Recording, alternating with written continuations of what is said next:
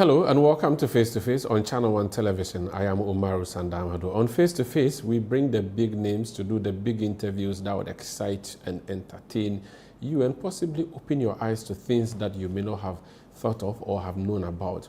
Today we are focusing on the New Patriotic Party, the party that lost its regional chairman to the prisons yesterday, but the party that is preparing to reorganize itself.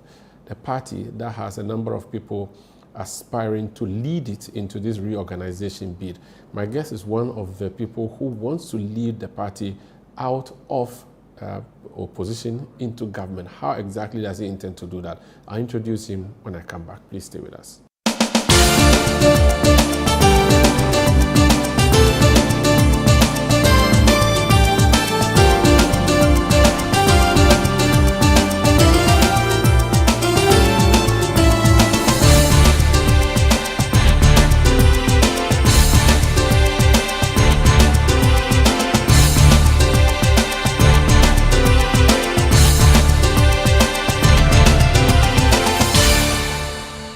My guest on Face to Face is Paul Wontumi Afoko, or Wontumi Paul Afoko, as he would rather have the arrangement done. He once served as national chairman of the New Patriotic Party. I don't know what else he has done with his life before then, and I would also not be sure what he's been doing with his life since 2015 to 2026. But now he wants to be chairman again of the New Patriotic Party.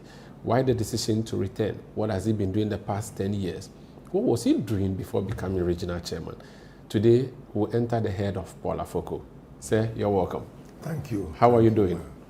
Well, I'm coping. I'm coping with the strains of campaigning. I can imagine.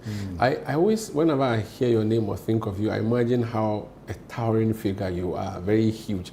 Is this like family traits? Are you all very big like this, huge? We are tall, yes. But as for huge, I think it's from a different type of lifestyle. Okay. And I wish I could slim down and be like you. I'm also developing a pot belly. I want to be like you.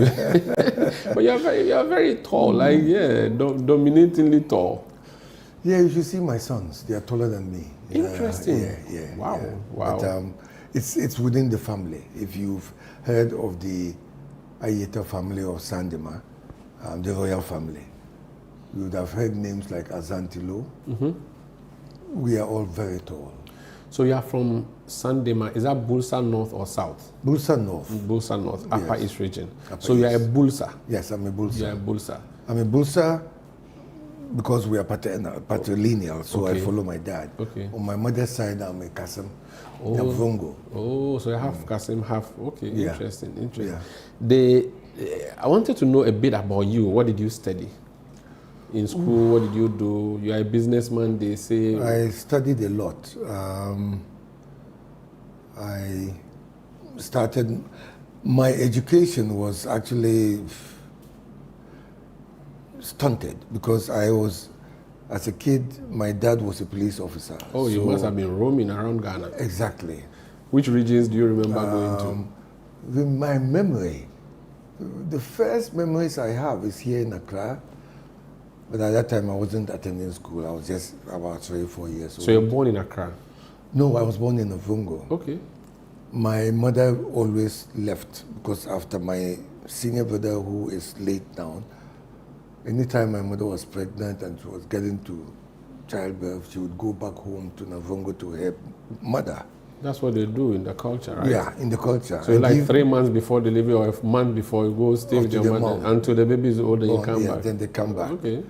And so I was born in Navongo and brought back to Accra to be with my dad, who was a policeman.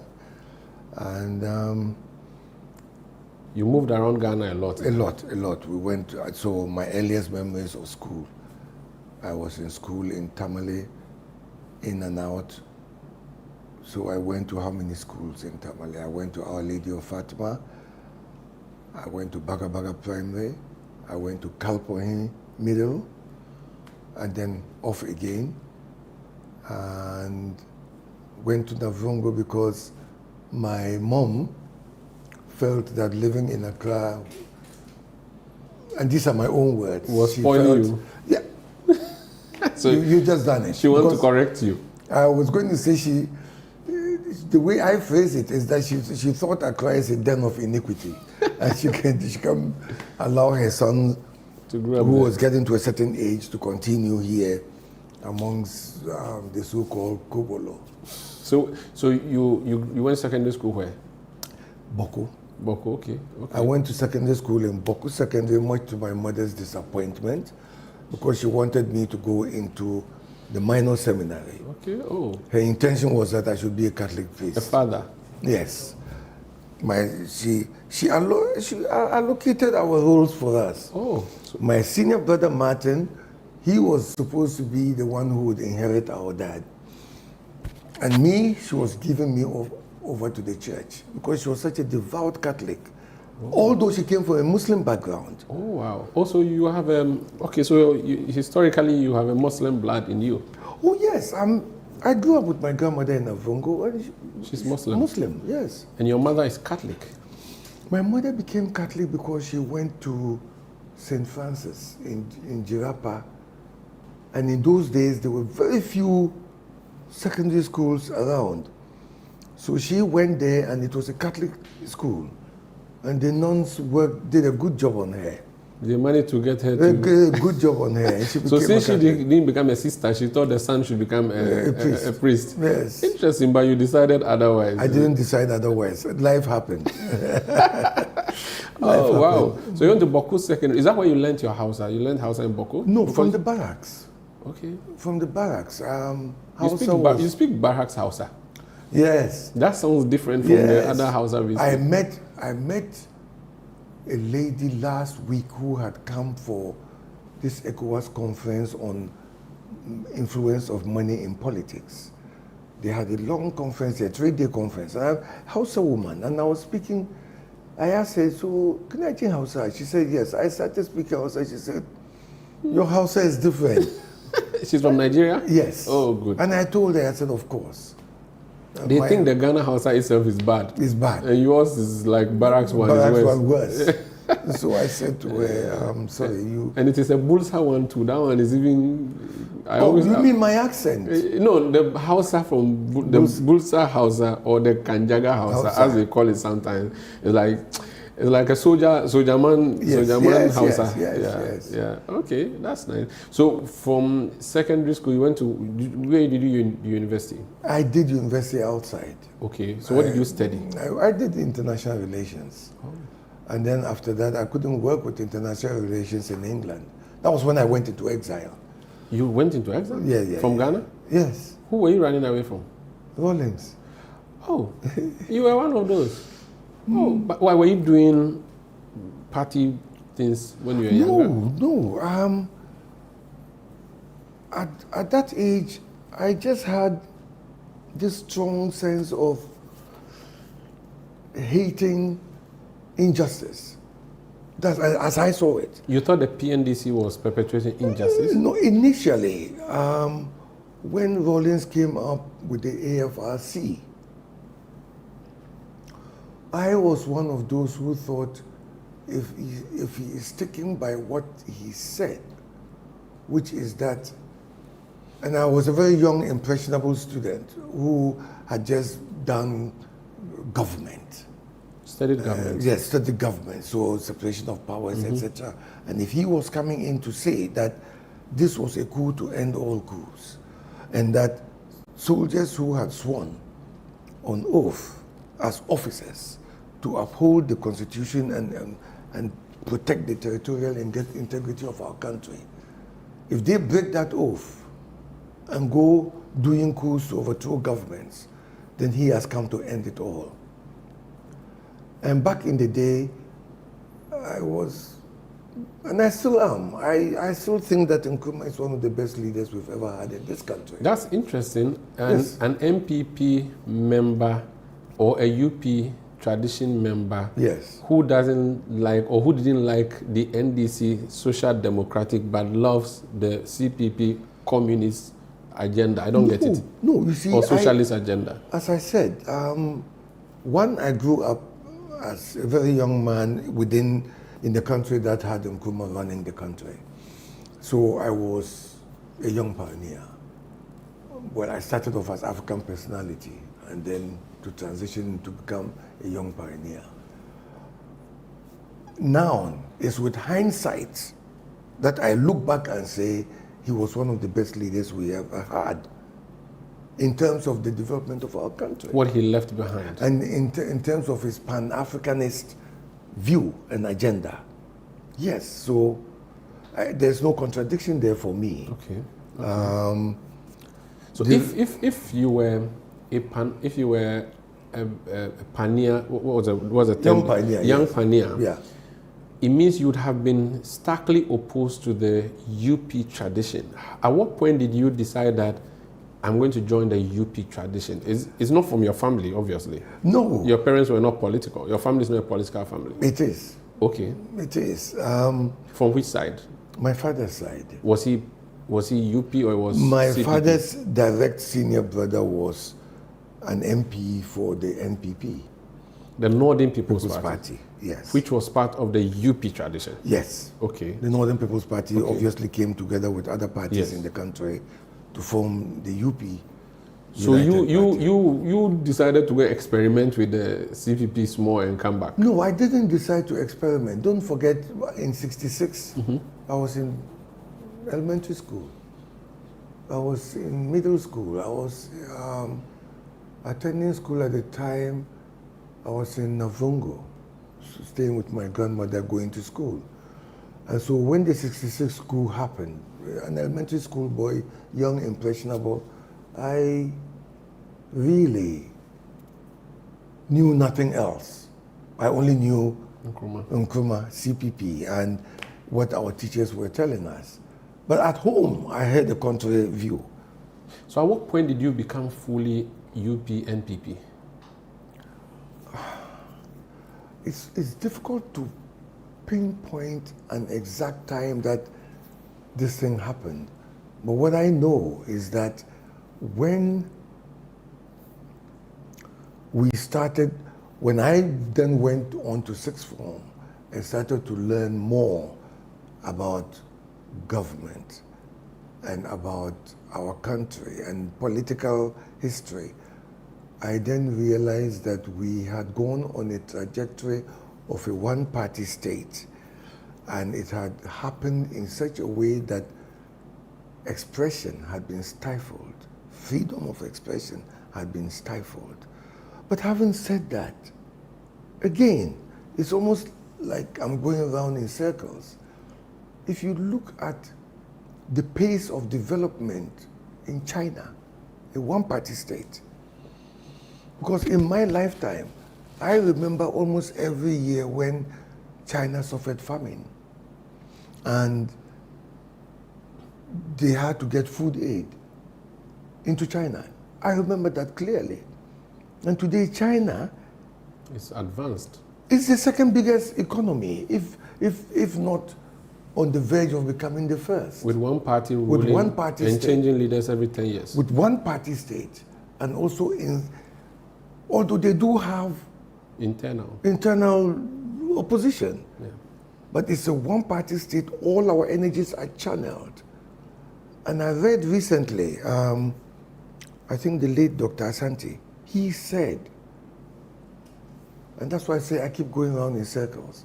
He said that Nkrumah, when he was setting up the atomic energy project, he was looking for a Ghanaian who could head it.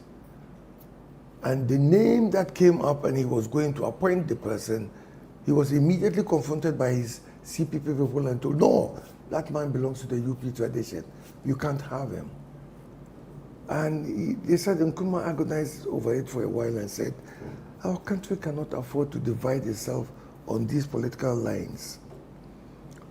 And so, obviously, I believe there were other reasons, some of them personal to him, that made him go down that trajectory of getting our country to become a one-party state. So you mentioned that you went into exile. Is it that you did something against the Rawlings regime at the time that you were hounded out, or you saw that people were running away, you said, I should also run away? No. What happened was there was a demonstration organized by the PMP members Hilal Iman's party.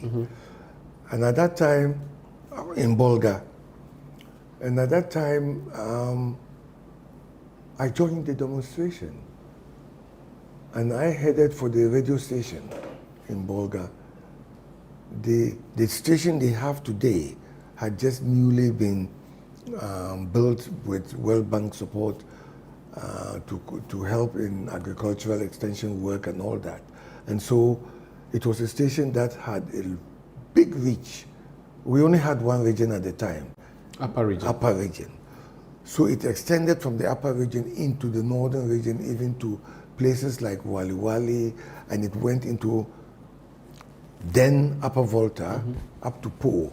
So it had a big reach. And I went to the station with a few guys, and I said to the guys running the station, I said, listen, we are here with a message, and I would want to be given the opportunity to speak. And they were protesting, you can't do that, this.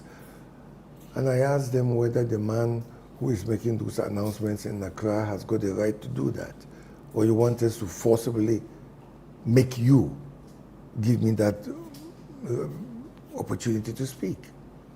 And they said, okay, come on, speak. So I just spoke. I said I was opposed to what Rawlings was doing. He had executed quite a few people, soldiers.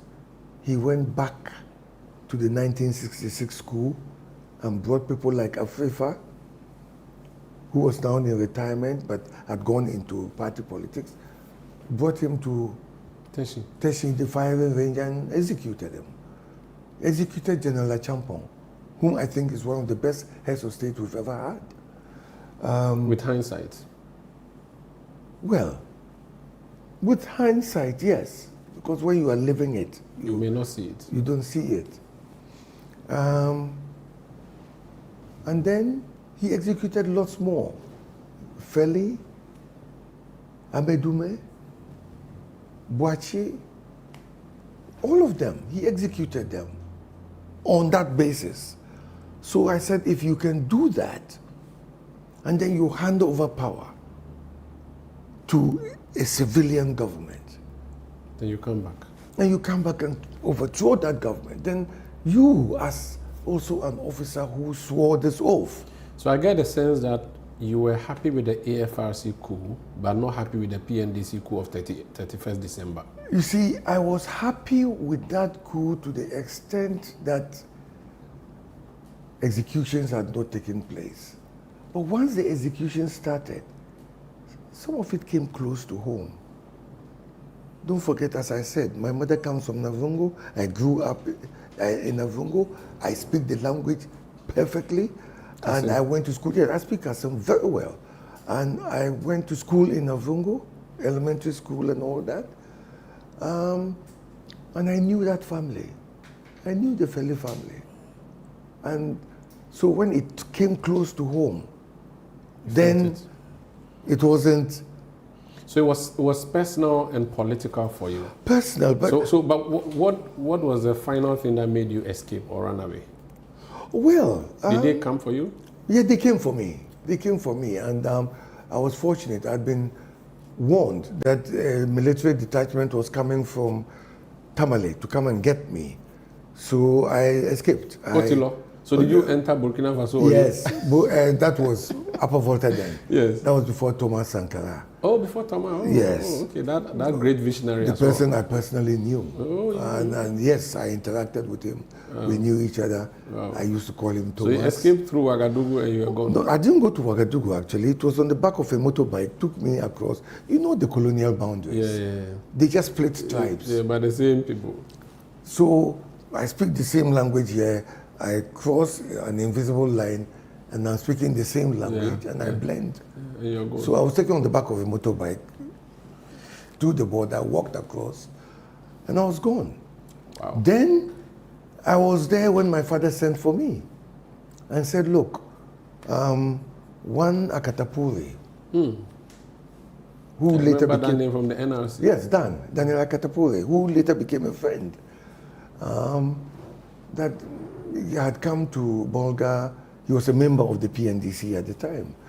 And he said, look, he didn't see why I should go sit in exile. I should come back home. So my dad told me to come back. I came back. There was curfew in Ghana those days.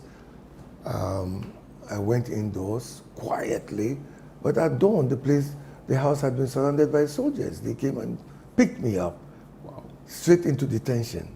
And then they brought me to Accra and detained me here as well. And it was the jailbreak, June 19th, 1983, when Ali Dujiwa, Carlos, they came to try to overthrow the government. And they had a lot of friends who were soldiers who were also incarcerated in the prison. And so they needed their friends to bear arms with them. So they would have the numbers to overthrow the government. And they broke the jail. And you followed? I had to run away. I don't know how to hold a gun. But I wouldn't also sit in there and wait for them to come back. You don't know the kind of retribution, even though the sitting in prison is not... so it was a chance for you to escape again? I ran away. And that one you left again. Ghana? Oh, yes. That one I left Ghana. And I left Ghana through Kotoka Airport. Oh, you flew? Yeah. I had friends who helped me. Wow. Came to where I was hiding, took passport pictures, went and made a passport for me. Friends, those days I had a friend a junior from secondary school, who was the country manager for Nigerian Airways. So he actually took me from the Nigerian Airways office, which was airside, onto the plane. And you're gone. Yes. The story of Paul Afoko, history that we just did, a brief one, where he's telling me about, growing up, childhood, and his involvement with politics, and he having to escape and go into exile. When we come back, he returned from exile. He's a businessman. He joined the NPP. He's been active until 2015. He was, elected chairman 2014. And then in 2015, he was removed. Now he wants to go back to being that chairman again. I'll ask him why the return and more. Please stay.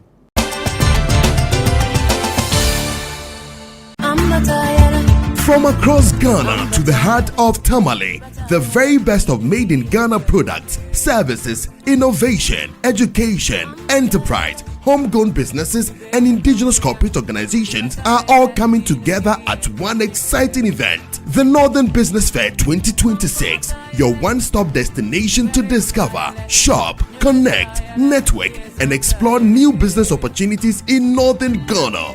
Whether you are an entrepreneur, investor, student, business owner, or consumer, this is where Ghanaian excellence meets opportunity. Join us on Saturday 25th and Sunday 26th July 2026 at Jubilee Park, Tamale from 9 a.m. to 6 p.m. daily. Are you ready to showcase your business to the nation and beyond? Call 0205-973-973 now and secure your spot. The Northern Business Fair 2026 is powered by ChannelOne TV with support from City FM, and it's proudly sponsored by EcoBank, the National Petroleum Authority, the Ghana Export Promotion Authority, North Shore Apparel Ghana Limited, and SIC Insurance PLC. The Northern Business Fair 2026, your market, your connections, your growth.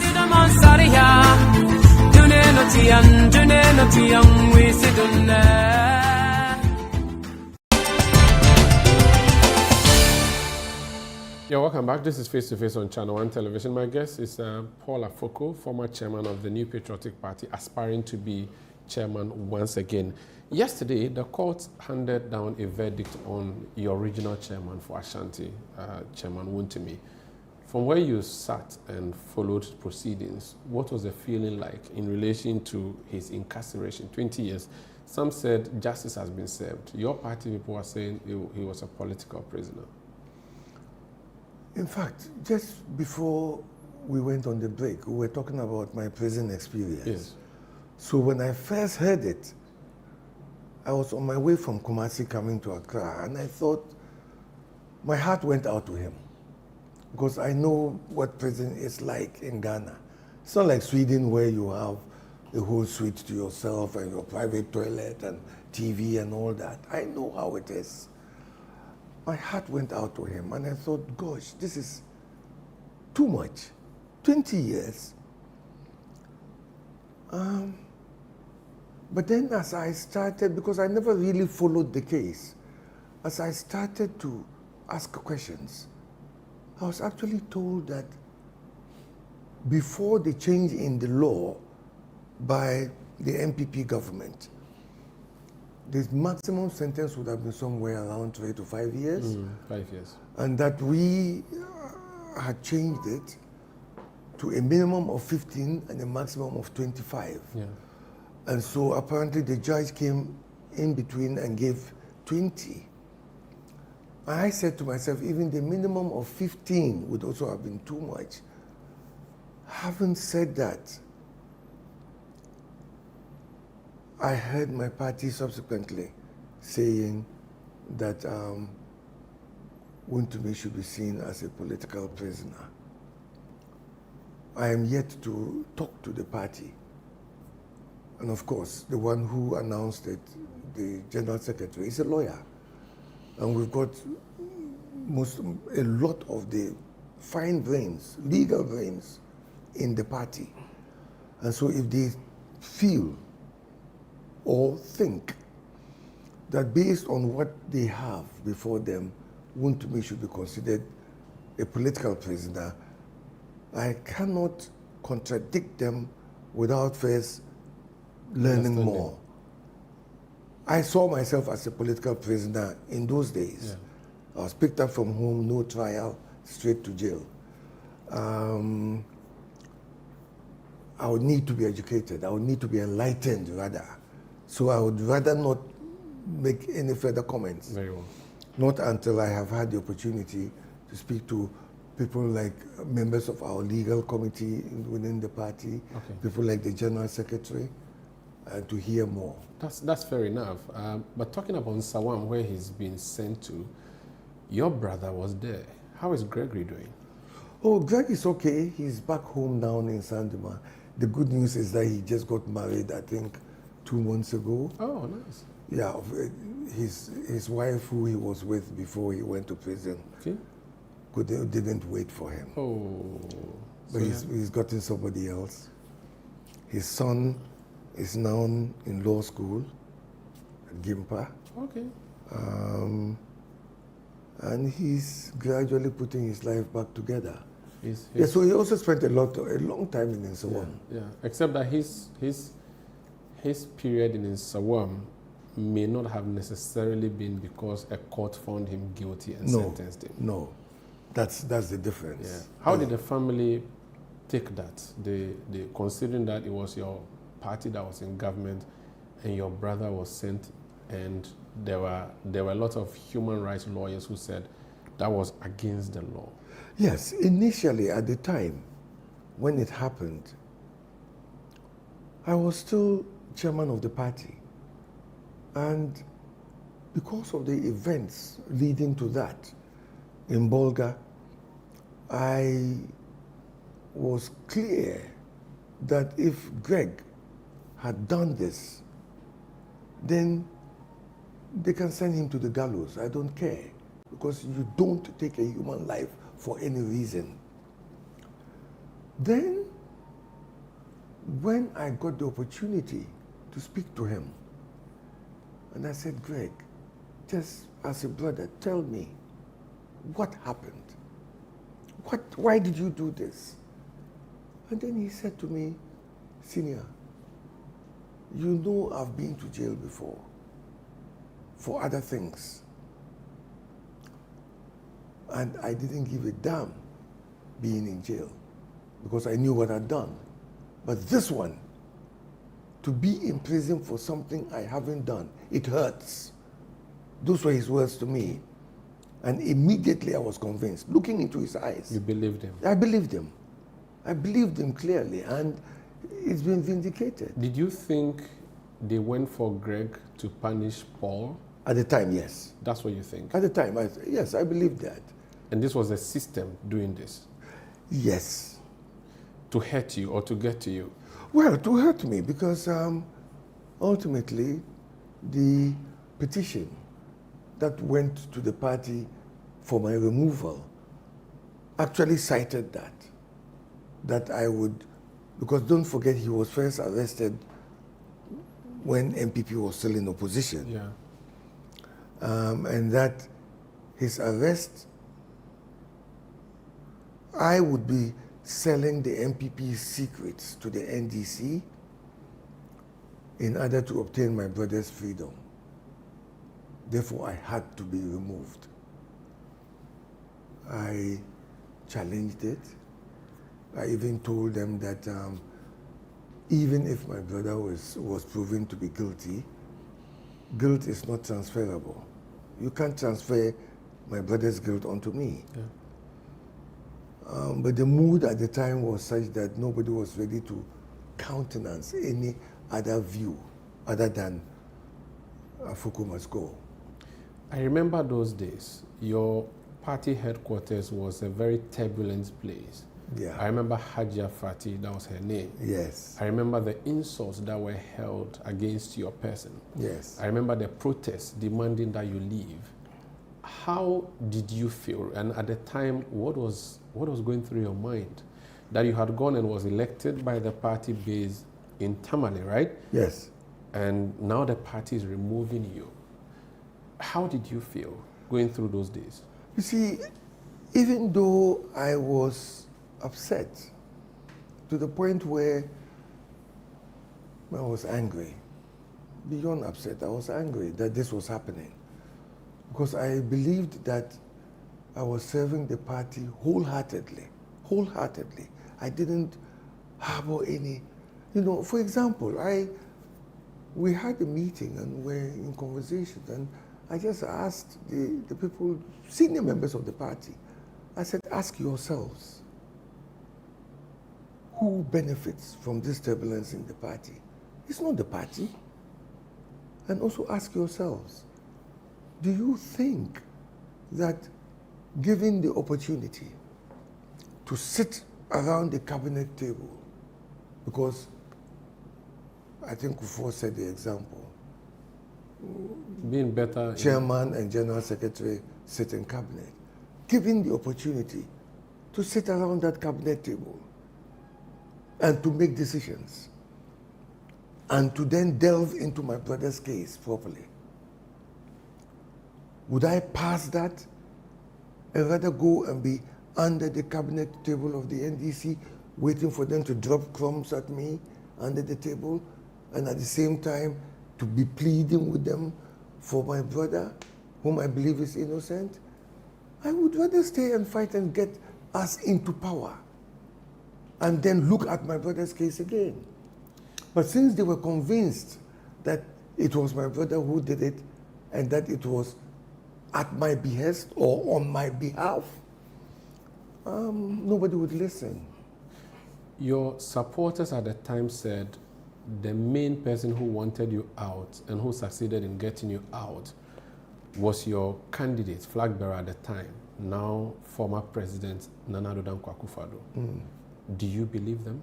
Did you agree that Akufo-Addo personally wanted you out? You see, I am now on a certain mission here. And that mission is to put this party back together. I don't want to live in the past. And I don't want to build my bridges into the past, but then I'll remain in the past. Yeah. I want to go looking forward, build bridges to the future, open up our party to the younger ones to come and continue. What's your relationship with Akufo-Addo now? It's cordial. It's cordial. It's cordial. Look, I said this the other day to somebody about Rawlings, who jailed me. He and I became close. He invited me over to his place in Vume. Tefle. Yes, yes. And I went there, and just the two of us, with lots of dogs. He has lots. I couldn't count them. And we sat down and we had a frank conversation, walked along the rivers, where sandy beach, like a beach front, the seafront. And we had conversations. And I actually reminded him. And I said, Mr. President, do you remember me? And he said, oh yes, Afoko, you're Akufo's friend. I said, no, do you remember me? And then I reminded him. I said, there was one night during curfew time, I was brought from prison to the castle, and I was with the late Captain Kojo Chikata and RSM Tufero. When you walked in and you were talking about some people who were trying to burn a bridge, and you had caught them and they were in the guard room, he said, yes, I remember that night. I said, I was the person. And you asked me, when they told you who I was, you said, oh yes, I like courageous young men like you. Look, we are sending some people over to Cuba for training, and I would like you to go with them. And I said, no, I don't think I want to do that. That was the first time I found out that Captain Kojo Chikata spoke Hausa. He just said,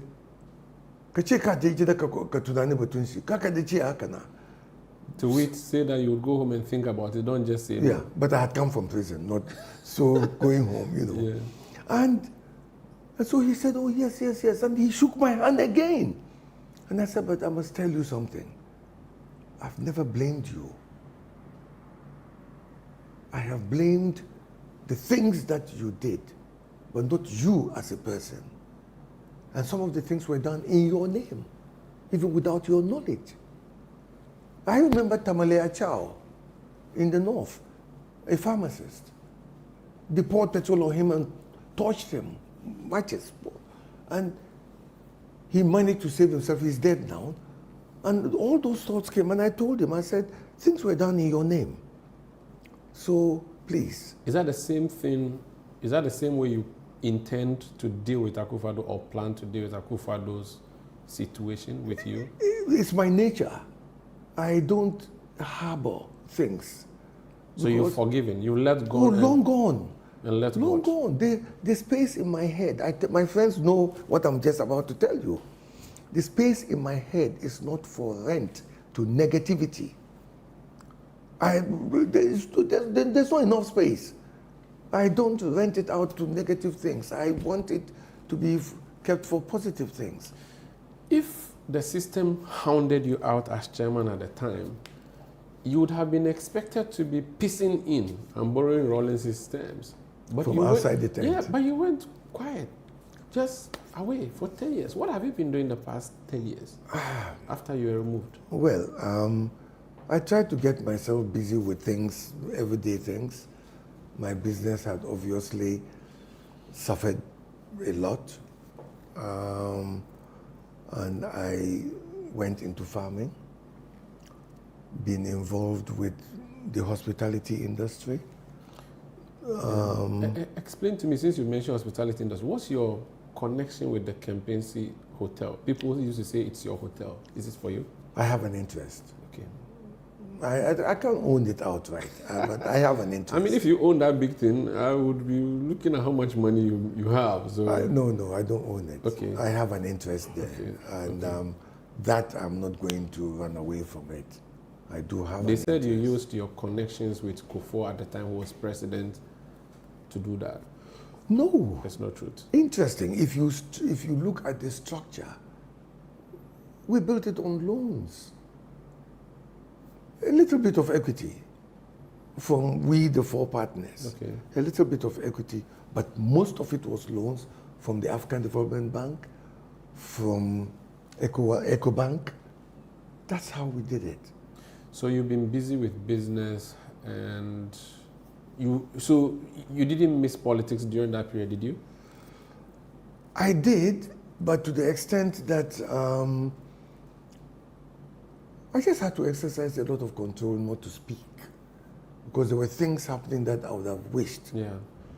I'll give you an example. The early days of the Akufo-Addo government, I was called on air and I was asked a question. 100 days of the Akufo-Addo government. Assessment. He has failed, hasn't he? I said, why? He said, because all the things he said he was going to do, he hasn't done them. He has failed. And I said, no. you are judging him too harshly. Let me tell you something. The ship of state is like a super tanker. It's not like a sports car that can just do a U-turn. Before it turns, it goes down a wide berth before it will turn. So 100 days is not enough. 3 months and 10 days is not enough for him to even put his whole government in place.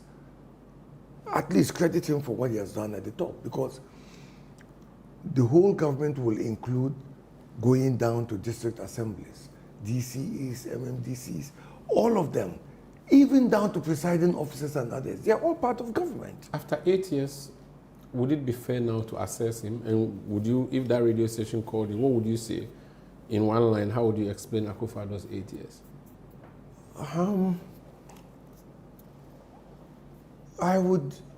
It would be difficult for me to express myself now in one line. That would be very difficult. But Daddy Lumba, who I love, always loved him way back when I was still in England in exile. He had a one line. And I'm not an account speaker. Okay, me neither, but try. We'll work it out. Bema Beyebi. That's it. So he has done his part, you reckon? Yes.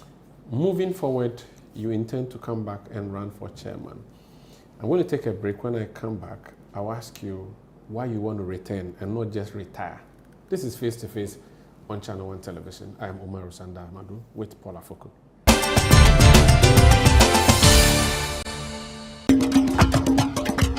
This August, the journey begins again on ChannelOne TV. Relive the unforgettable moments from the 10th edition of the Heritage Caravan 2026 as we take you on an extraordinary adventure across 14 breathtaking regions of Ghana in 8 magical days. From the rich culture and history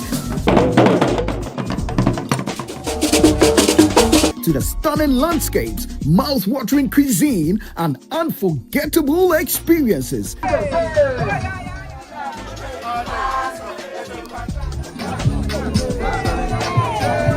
Every episode celebrates the beauty and diversity of Ghana. So from Asante State to line, maternally, are the rulers of the Asante Kingdom since 1690. Don't miss the sights, the stories, the people, and the memories. Basfa is now known as Awa International. Don't bend so Marvin, now to the champion. Don't bend so Marvin, now to the champion.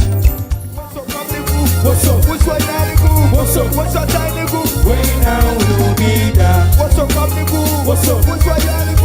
What's up? What's your tiny goo? Way now we'll be there. Baby, your bar watch.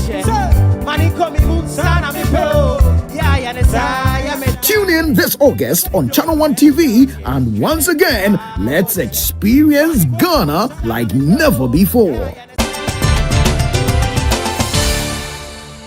Yeah, welcome back. This is Face to Face on ChannelOne Television. I am Umaru Sanda Amadu here with Paul Afoko. Mr. Paul Afoko, why don't you retire? Why are you returning to be chairman of the NPP?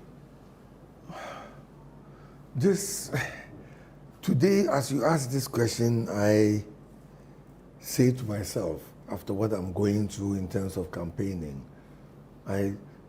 even this morning, I lay in bed and said, why am I doing this? But then the reality of where the party is today is why I'm doing it. Because I'm sure you know, because you're an astute political watcher, and also your viewers and listeners will also see what I am seeing, that before I was suspended, I had organized the party for the elections. Everything had been done, bar the shouting. Everything had been done. Parliamentary candidates, everybody was in place. Those who lost, and there were over 30 sitting MPs who lost their primaries. some of them were my very close friends. They accepted the results and they were ready to fight for the party. And then we got our presidential candidate in and everything was done. All those who contested him accepted the results. And we went on to win. At that time, people said it was unprecedented. We got 169 seats. Yeah. And then we go into power. Without me, though. Yeah. And I'm sitting on the sidelines watching and thinking, well, this is going to work. We will fight corruption. People like Martin Amidu were brought in, special prosecutor. And that the country's development was going to leapfrog, building on what had passed, preceded. Then we go to the next elections with all the largesse of power at our disposal. And we drop sharply from 169 to 137. And even we had within the party dissent. There were those who just sat back and said, okay, we are not interested. There were those who said, we've been cheated. Even in the organization of parliamentary primaries, to the point where we even lost, we had one member who actually went against the party and went independent. And came to save you in To Parliament. save our goat in Parliament. Because we and the NPP, NDC were 137 each. Neck and neck. Neck and neck. We would have, if he had chosen to caucus with the NDC, You'll be minority in government. we would have the executive power, but how can we get our bills passed in They Parliament? didn't have a speaker too. Oh, exactly, and we didn't have the speaker too. And this was the result of, I would say, not managing and organizing things well. Because Formina shouldn't have gone independent if we had followed the dictates, the wishes of the people, the dictates of power and the wishes of the people. He would have stayed on. He was hounded out of the party Absolutely. just before election. Absolutely. And even we went to the constituency Told people not to go for to him. campaign against him. Sacked him from Parliament. So, yes. So for me, when that happened, I started feeling some misgivings. Then I thought, well, we will weather this storm. You get better. By then, my anger at having been suspended had all gone anyway. By then it was gone. And somebody once asked me, how do you know it's gone? I said, because these days when I go on air, I go on TV and I see the faces of the people I thought masterminded what happened. I don't change channels anymore. I'm able to listen to them. Not just hear them, listen. And try to work out what they are saying, and is it good for the party, is it good for the country? And so the anger was gone. And then the next election, it was a further decline, steep one, Worse than 88.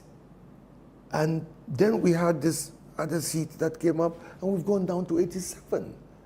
At that point, I asked myself, are we going to end up like the CPP? Nkrumah goes, And but party obviously that was a coup d'etat, and then that tradition was banned.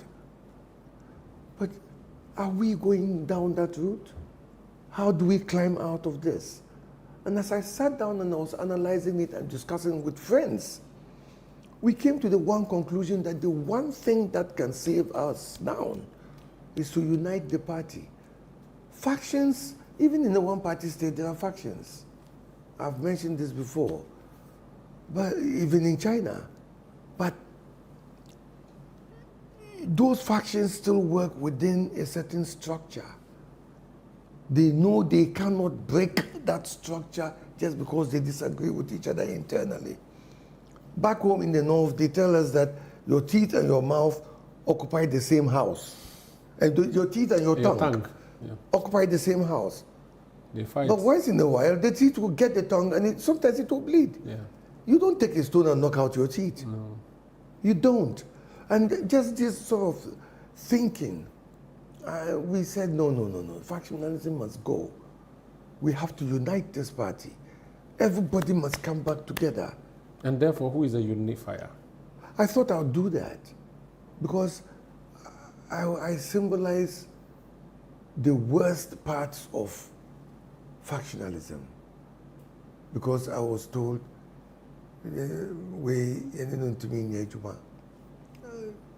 so basically, if I want us to work together, I was told that and I still won and became chairman. And then I was removed. So I think that we should get back together. So you are the victim that will return to fix the problem. Yes, I think so, but I cannot do it alone. The party must. Do you think the party would listen to you this time around? Again, like they did in Tamale? Is there a choice? Do we have an option as a party? There are like 4 or 5 choices. Even if the others, although I believe I have the better qualities. The better qualities, well put, to unite the party. Even if any one of the others does, unity is not negotiable. Do they remember you, the delegates? It's been years. It's been 11 years since I was thrown out. Would they remember you? That's why I've been unrelenting in going around the country. So you've been actively campaigning? I've been around the country. How is the reception of your message like? It was good. It was good. So you are using the unifier message? I did, yes, but I didn't go out there campaigning. I went to reintroduce myself. And the good thing is that because of the model I used, I went talking to every region. I talked to the leadership of the region. Regional executives who I knew were going in for re-election, council of elders and patrons, and some of them remembered me. And some of them said, oh, I was a youth organizer when you were chairman. I was so-and-so, I was a deputy secretary. And so they remembered. And then I tried to let them understand that in places that we lost, which we shouldn't lose, like I always cite Yendi. Yendi is the Bantama of the North. Mm-hmm. We lost it. And we lost Yendi not because of the traditional capital of the North. Yes, traditional capital of Dagbon. Of Dagbon. But also in NPP politics, our stronghold. We lost it because of disunity. You think you shouldn't have? We shouldn't have disunity. If they were united in the constituency, we wouldn't have lost that seat. I'm giving you a minute. Look into the camera and talk to NPP delegates why they should go for Afoko when they get to the polls in September, I think. Look into your face and tell you. Is that what you're saying? I want you to look at this camera. Oh, this one? Yes, and that's where the delegates are watching you from. Speak to the delegates of the NPP. Well, you all know where we are today. Our party is in a bad shape. We have lost so much ground. The hole in which we are is deep. We need to come out of it. Let's unite. Don't hold any feelings against each other. Emotions, when you bring emotions into power, you lose power. We have to put our emotions aside and work with our heads. We must be strategic. I did it before. 2014, we were in opposition. I came around the country and I told all of you that I had a plan. And at that time, the plan was called NPP, New Plan for Power. I said, let's implement this plan and we will come out of opposition into power. We did. We didn't implement it fully. We've ended up in opposition again, and this time in a worse state. Because at that time we had over 120 seats. Now we have 87. I'm appealing to all of you. Think about the party, think about going forward to win power together. Don't look at your neighbor and say, they were chopping and I didn't get some. They can't vomit for you to come and eat the vomit. Let's work together. Let's unite. Let's go forward in the name of our party to win power. I offer myself to you as an example. In all the time that the party was in power, I never got an appointment. I never got a contract. I keep telling everybody, I never even got a gutter to clean. But that doesn't hold me back. The party is bigger than all of us. Let's hold to our abiding principles, the principles that have glued us together all these years. Join me, and I mean it, join me. Give me the mandate and also work, because I can't do it alone. Okay. You will need to work for us to bring our party together, to bring our party out of that hole and to win power in the next general elections. I thank you all. Thank you so much. What does Wontumi mean? God is my guardian. I wish you the best of guidance from God. Paul Thank you, Afoko. Umar. Thank you, Umar. Thank you so much. So that's God Paul bless you. Afoko, or Wontumi Paul Afoko, former chairman of NPP, hoping to become chairman of the party in September. I am Umaru Sanda Amadu. This has been Face to Face. Thank you so much for watching. We'll be back next week with more. Please stay with us.